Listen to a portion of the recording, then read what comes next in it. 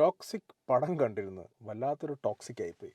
പടത്തിൻ്റെ director, actor, music producer, director നമ്മുടെ ഗീതു.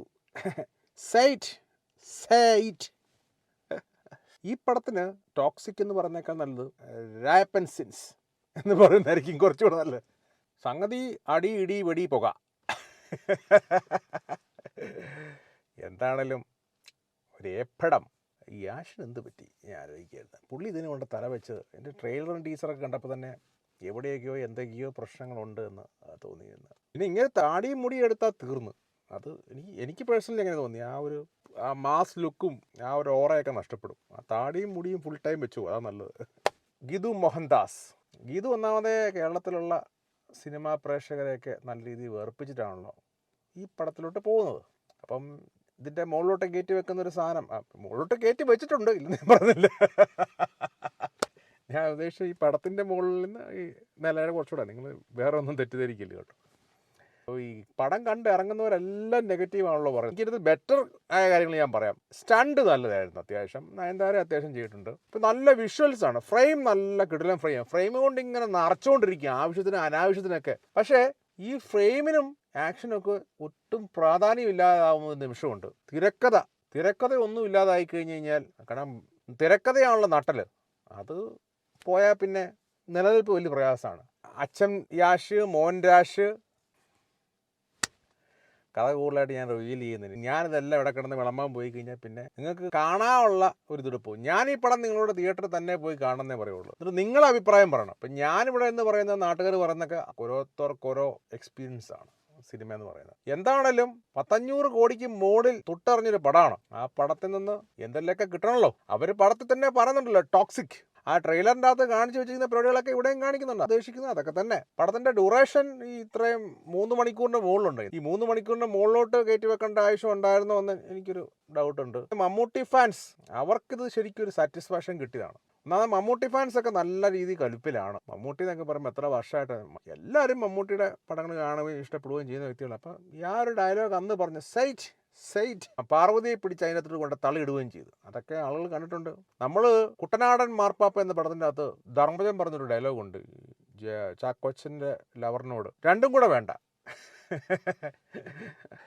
എന്താണേലും ഈ പടം ആളുകൾക്കിടയിൽ ഒരു നെഗറ്റീവ് ഇമ്പാക്റ്റ് ഉണ്ടാക്കിയിട്ടുണ്ട്. എന്നാൽ ഓണം എന്നൊക്കെ പറയുമ്പം ജനങ്ങൾ പ്രതീക്ഷിക്കുന്ന ഒരു അടിപൊളി കോമഡി പടം, ബെത്തൽഹേം കുടുംബ യൂണിറ്റ് ആ മുകളിലെ പടങ്ങൾക്കാണ് പ്രാധാന്യം കൊടുക്കുന്ന മലയാളികൾ.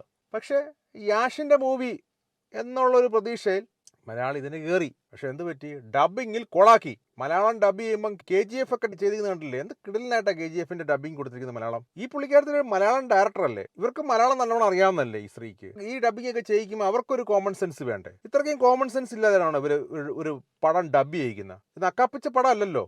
500 കോടി മുടക്കി എന്നല്ലേ ഇവരുടെ അവകാശവാദം. അതിനുള്ളതൊന്നും ഞാൻ കണ്ടില്ല എൻ്റെ അടുത്ത്. ഇപ്പോൾ സീനുകൾ തമ്മിലുള്ള കണക്ഷൻ ഇല്ലായ്മ. നയൻതാരയും യാഷൊക്കെ നല്ല രീതിയിൽ അഭിനയിച്ചിട്ടുണ്ട്. മറ്റു ആർട്ടിസ്റ്റുകൾ സ്ത്രീകളൊക്കെ വന്നവരൊക്കെ നല്ല ഭംഗിയായിട്ട് അഭിനയിച്ചിട്ടുണ്ട്. ഇതൊക്കെ എല്ലാം കണക്റ്റിംഗ് പ്രശ്നമാണ്. ഒന്ന് പറഞ്ഞു കഴിഞ്ഞാൽ അവിടുന്ന് ചാടി എങ്ങോട്ടൊക്കെയോ പോകുന്നു, എവിടെയാണെന്ന് അവർക്ക് തന്നെ അറിയത്തില്ല. ഈ മലയാളത്തിൽ ഡബ് ചെയ്യാനുള്ള ഡയലോഗ്സ് ഒക്കെ എഴുതി കൊടുത്തത് സന്തോഷ് പണ്ഡിറ്റാണെന്ന് എനിക്ക് തോന്നുന്നത്. കാരണം പുള്ളിയുടെ പടത്തിലേക്ക് കൊടുക്കുന്ന ചില കൗണ്ടറൊക്കെ ഉണ്ടല്ലോ സന്തോഷ് പണ്ഡിറ്റിന്റെ പടത്തിൻ്റെ അകത്ത്, നിങ്ങൾ ശ്രദ്ധിച്ചിട്ടുണ്ടോ? കൃഷ്ണൻ്റെ അതൊക്കെയത്തേക്കുള്ള അതേപോലെ ഇവിടെയൊക്കെ ചില ഡയലോഗുകൾ പ്രസന്റ് ചെയ്തിരിക്കുന്നത്. ഒന്നുമില്ല, ഡയറക്ടർ മലയാളിയല്ലേ. എന്താണെങ്കിലും നിങ്ങൾ തിയേറ്ററിൽ തന്നെ പോയി കണ്ട് വിലയിരുത്തുക. ഓണത്തിന് സ്വാഭാവികമായിട്ട് നമ്മൾ ഇങ്ങനത്തെ പടങ്ങൾ കാണാൻ ഇഷ്ടപ്പെടത്തില്ല. ഈ പടം ഭയങ്കരമായിട്ട് ലാഗാണ്, ഡയലോഗ്സ് വളരെ കുറവാണ്, ഉള്ള ഡയലോഗ്സ് ഒക്കെ ഇങ്ങനെയൊക്കെയാണ്. പിന്നെ ഇങ്ങനത്തെ ഒരു പടം കാണേണ്ട ഒരു കാലഘട്ടം അല്ല. ഒന്നാമത്തെ ഈ കഥ പോലും ഇന്ന് വലിയ റെലവൻസ് ഇല്ല. പഴയ കഥകൾ തന്നെ വീണ്ടും അണ്ടർവേൾഡിന്റെ എടുത്തിട്ടിട്ട് കാര്യമില്ല. അതിൻ്റെ എന്തെങ്കിലുമൊക്കെ ഒരു പുതുമ വരുന്ന സാധനം വേണം. ഡയറക്ടർ, റൈറ്റർ എന്തെങ്കിലുമൊക്കെ കോൺട്രിബ്യൂട്ട് ചെയ്യണം. പഴയ വീഞ്ഞെടുത്ത് വീണ്ടും കുപ്പിയിലാക്കി പുതിയ സ്റ്റിക്കർ ഒട്ടിച്ച് എന്നിട്ട് കാര്യമില്ല. ഒരു ജനറേഷൻ വ്യത്യാസമുണ്ട്. തിയേറ്ററിൽ ആൾ വരണ്ടേ. എനിക്കെന്താണല്ലോ ഈ പടം സിനിമാക്കാരുടെ ഭാഷയിൽ പറഞ്ഞാൽ എനിക്കിത് വർക്കൗട്ടായില്ല. പടത്തെ ഡീഗ്രേഡ് ചെയ്യുന്നൊന്നുമല്ല, കണ്ട ഒരു അഭിപ്രായം. പൈസ മുടക്കി കാണുന്നല്ലേ. യാഷ് മൂവി ആയതുകൊണ്ട് എന്തെങ്കിലുമൊക്കെ കാണും നമുക്ക് ഇഷ്ടപ്പെടുന്നത്. ഒരു മലയാളി ഡയറക്ടർ അപ്പോൾ ഡബ് ചെയ്യുമ്പോൾ ഇങ്ങനെയൊക്കെ വരുമെന്നുള്ളത്. നമ്മൾ ഡബ് ഭയങ്കര മോശമാണെന്നേ. ഈ പടം ചിലപ്പോൾ ഇവരുടെ തമിഴിലും തെലുങ്കിലൊക്കെ വലിയ കുഴപ്പമില്ല, ചിലപ്പോൾ ഒരു പക്ഷേ ഓടുവയ്ക്കും, എനിക്കറിയത്തില്ല. എന്താണ് മലയാളി പ്രേക്ഷകർക്കിടയിൽ നിന്ന് ഒരു നെഗറ്റീവാണ് വന്നിരിക്കുന്നത്. ഈ സൗത്ത് മറ്റ് സ്റ്റേറ്റുകളിലൊക്കെ ഈ സിനിമാക്കാരെ ദൈവമായിട്ട് കാണുന്നതുകൊണ്ടും അവരെ അടുത്ത മുഖ്യമന്ത്രിയായിട്ട് കാണുന്നതുകൊണ്ടൊക്കെ അവർ ചിലപ്പം അങ്ങ് തള്ളിവിടും. പക്ഷെ മലയാളി അങ്ങനെയല്ല, അതാണ് പ്രശ്നം. അത് ഗീതുവിന് അറിയാവുന്നതല്ലേ. ഗീതു ഇന്നലെ പോലല്ലോ ഒരു പടം ചെയ്യാനും ഇൻഡസ്ട്രി നിൽക്കാൻ തുടങ്ങി. ഗീതുവിന് ഇതൊക്കെ അറിയാവുന്ന കാര്യങ്ങളല്ലേ. ഗീതുവിൻ്റെ ഹസ്ബൻഡ് തന്നെയല്ലേ, രാജീവ് രവി അല്ലേ ഈ പടം ക്യാമറ ചെയ്തിരിക്കുന്നത്. രാജീവ് രവി ഒരുപാട് ഒരുപാട് ഷോർട്സ് എടുത്തിട്ടുണ്ട്. ഈ ഷോർട്സ് എല്ലാം മാക്സിമം ഇതിൻ്റെ അകത്ത് ഉൾക്കൊള്ളിച്ചിട്ടുണ്ട്. എഡിറ്റ് ചെയ്തവൻ എനിക്ക് തോന്നുന്നു എഡിറ്റ് ചെയ്ത് അവൻ്റെ കിളി പോയി കാണും എനിക്ക് തോന്നുന്നത്. ഇത്രയും മണിക്കൂർ പടവും ഉണ്ട്. അവർക്ക് പറയാനുള്ള കാര്യം പറഞ്ഞും തീരുന്നില്ല. ആഡ് ചെയ്ത് ഇങ്ങനെ പോവുകയാണ്. ഇങ്ങോട്ടൊക്കെയോ എവിടെയൊക്കെയോ പോവുകയാണ് പടം. ഒരു കണക്റ്റിങ്ങും ഇല്ല. 2 ദിവസമായിട്ട് ഗീതു കൂടെ വന്നപ്പം നീലക്കുയിലും കൂട്ടരൊക്കെ മൈക്കും പിടിച്ച് നടക്കുന്നുണ്ടായിരുന്നു. അപ്പോൾ അവർക്ക് തന്നെ ഒരു ടെൻഷൻ. അത് അവരുടെ മുഖത്ത് 2 ദിവസം തന്നെ നിങ്ങളും കണ്ടു കാണുമല്ലോ. പടത്തിന്റെ ഫുൾ ടൈം വെടിപൊട്ടിലാണ്. പടം തുടങ്ങുമ്പോൾ വെടിശബ്ദങ്ങളാണ്, ഒരു യുദ്ധഭൂമി.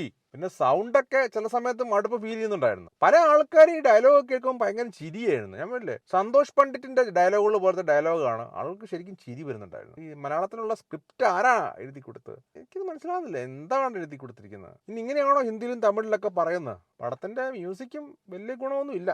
എനിക്ക് പേഴ്സണലി അങ്ങനെ തോന്നിയ. റോക്കി ഭായ് ഇവിടെ ഒരു അടിമാലി ഭായി ആയിപ്പോയി. കാണുന്ന ആൾക്കാർ വന്നിട്ട് വേറെ ഏതൊക്കെയോ ഭായിനെ കണ്ടെന്നൊക്കെ ചില തിയേറ്റർ റെസ്പോൺസ് വീഡിയോയ്ക്കകത്തൊക്കെ ഉണ്ടായിരുന്നു. മനുഷ്യർ പല മാനസികാവസ്ഥയുള്ളവരാവും. അവർ പ്രതീക്ഷിച്ച് വന്നതിൻ്റെ കിട്ടാവരും അവർക്ക് ഭയങ്കരമായിട്ട് ഫീൽ ചെയ്യും. നമ്മളതിനെ കുറ്റം പറഞ്ഞിട്ട് കാര്യമില്ല. ഈ തിയേറ്ററിൻ്റെ അകത്ത് കയറി തിയേറ്റർ റെസ്പോൺസ്, അത് കഴിഞ്ഞിട്ടുള്ള റിവ്യൂസിലോട്ട് പോകും. എന്താണ് തിയേറ്റർ റെസ്പോൺസ് നെഗറ്റീവാണ് പറയുന്നത്. നോർമലി ഫസ്റ്റ് ഡേയ്സ് ഒക്കെ ഈ സിനിമയുടെ അണിയറ പ്രവർത്തകരും ജൂനിയർ ആർട്ടിസ്റ്റുകൾ ഭാവിയിൽ സിനിമയിലോട്ടൊക്കെ വരാൻ ആഗ്രഹിക്കുന്ന ആൾക്കാരെയാണ് ഇവർ ടാർഗറ്റ് ചെയ്ത് അവിടെ എത്തിക്കുന്നത്. ഈ വന്നവരും ഇതൊക്കെ തന്നെയാണല്ലോ പറയുന്നത്.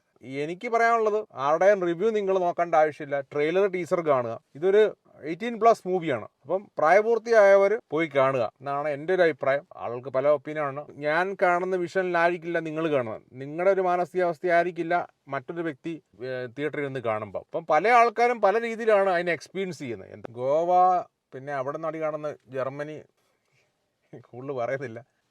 ഒന്നും കണക്റ്റിങ് വരുന്നില്ല. അതാണ് ഞാൻ ഒരു സീൻ ഗെയിം, ഒരു സീൻ പ്ലേസ് ചെയ്യുമ്പം കണക്റ്റിങ് വന്നില്ലേ വലിയ പ്രശ്നമാണ്. കണ്ടുകൊണ്ടിരിക്കുന്ന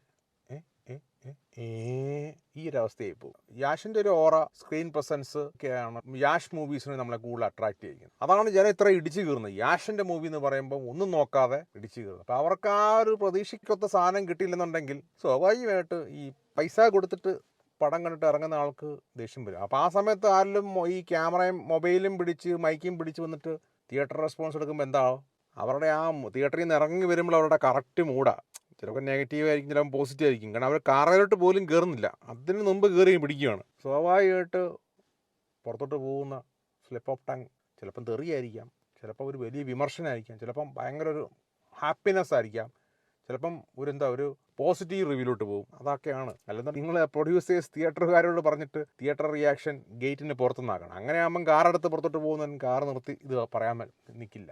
അപ്പം നിങ്ങൾക്ക് എന്താണ്, ഇവരിൽ നിന്നുള്ള റിയാക്ഷൻ പോസിറ്റീവ് കിട്ടിക്കഴിഞ്ഞാൽ പീസ് എല്ലാവരുടെയും സ്റ്റോറീസിലൊക്കെ ഇട്ട് പബ്ലിക്കിലോട്ട് എത്തിക്കാൻ വേണ്ടിയില്ല നിങ്ങളത് മൊത്തമായിട്ടും ബ്ലോക്ക് ചെയ്യാതെ. ഇപ്പോൾ ഒരു സിനിമയെക്കുറിച്ച് നമ്മൾ റിവ്യൂ പറഞ്ഞു കഴിഞ്ഞാൽ, ഇപ്പോൾ നല്ലത് പറയുകയാണെന്നുണ്ടെങ്കിൽ നമ്മുടെ ടോപ്പ് റിവ്യൂവേഴ്സിൻ്റെ ഒക്കെ കട്ട് ചെയ്ത് ഈ പടത്തിന്റെ അണിയറ പ്രവർത്തകർ അവരുടെ സ്റ്റോറിയിലും വാട്സപ്പ് സ്റ്റാറ്റസിലൊക്കെ ഇടും. മോശമാണ് എടുത്തില്ല. റിവ്യൂവേഴ്സിനെ തെറി പറയുന്നവർ പിന്നെ ഇവരുടെ ചാനലുകളുണ്ട്. സിനിമാക്കാരുടെ തന്നെ ഹൈദരാലിയുടെ ഒക്കെ ചാനലുകൾ പടം മോശമാണെങ്കിലും പ്രൊമോട്ട് ചെയ്യുന്ന രീതിയിൽ ഉള്ള റിവ്യൂസേ അവർ ചെയ്യുള്ളൂ. പിന്നെ ചില ന്യൂസ് ചാനലുകളുണ്ട്, മനോരമ ന്യൂസ്, ഇവരൊക്കെ സിനിമയ്ക്കുള്ള പ്രൊമോഷൻ മാക്സിമം സപ്പോർട്ട് ചെയ്യുന്ന രീതിയിലുള്ള, അതൊന്നും ജനങ്ങൾ കാണത്തില്ല. ജനങ്ങൾക്ക് വേണ്ടത് കറക്റ്റ് റിവ്യൂ വേണ്ട, അവർക്ക് പ്രൊമോഷൻ റിവ്യൂസ് വേണ്ട. അവർക്കത് അറിയാം, അവർക്ക് എവിടുന്ന് ആരുടേന്നാണ് കിട്ടുന്നുള്ളത്. അതാണ് അവരങ്ങനെ ഫോളോ ചെയ്യുന്നത്. ഇതിപ്പം രായപ്പൻ്റെ ഫക്ക് ലൈഫ് ആയിപ്പോയി. അതാണ് ഞാൻ പറഞ്ഞ രായപ്പൻ സിൻസ്. എന്താണെങ്കിലും യാഷിൻ്റെ ഒക്കെ ഡേറ്റ് കിട്ടി 3-4 വർഷം കൊണ്ടൊക്കെ ഒരു പടം ചെയ്യുമ്പം കുറച്ചുകൂടെ നല്ലൊരു സ്ക്രിപ്റ്റും ഒക്കെ നോക്കി ചെയ്യാമായിരുന്നു. അതൊക്കെ വല്ലപ്പോഴും കിട്ടുന്നൊരു അവസരമല്ലേ ഒരു ടോപ്പ് സ്റ്റാറിൻ്റെ. നിങ്ങൾ പോയി കാണുക, നിങ്ങളുടെ അഭിപ്രായം പറയുക. പടം കണ്ടവർ